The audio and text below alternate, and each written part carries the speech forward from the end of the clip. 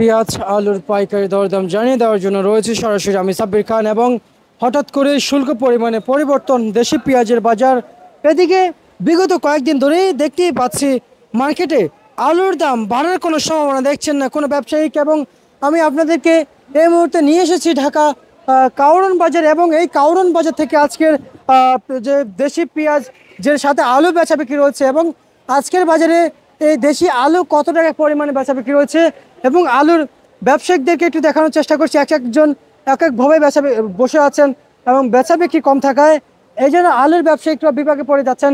এবং অপরদিকে আমরা এদিকে দেশি দেখতে পাচ্ছি রয়েছে পেঁয়াজ, দেশি পেঁয়াজ দেশের বাজারে বেচা বিক্রি চলছে আজকের মার্কেটে পাইকারি দামে।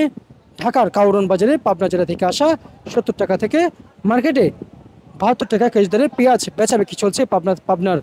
অপরদিকে ফরিদপুর জেলার পেঁয়াজ এবং মানিকগঞ্জ জিটকার পেঁয়াজ মার্কেটে কিংবা মানিকগঞ্জের থেকে আসা মানিকগঞ্জ জিটকা থেকে আসা পেঁয়াজ মার্কেটে পাইকারি দামে বেচা বিক্রি রয়েছে 70 টাকা থেকে 58 টাকা 68 টাকা কেজি দরে বেচা বিক্রি চলছে।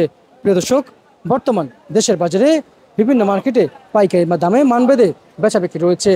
আমরা এদিকে দেখতে পাচ্ছি রয়েছে দেশি পেঁয়াজ আজকের বাজারে দেশি পেঁয়াজ মানভেদে পাইকারি দামে পাইকারি মার্কেটে বেচা বিক্রি রয়েছে প্রতি কেজি পাইকারি দরে। আজকে ঢাকার কাউরন বাজার প্রিয় দর্শক এগুলো বেচা বিক্রি রয়েছে 65 টাকা কেজি দরে।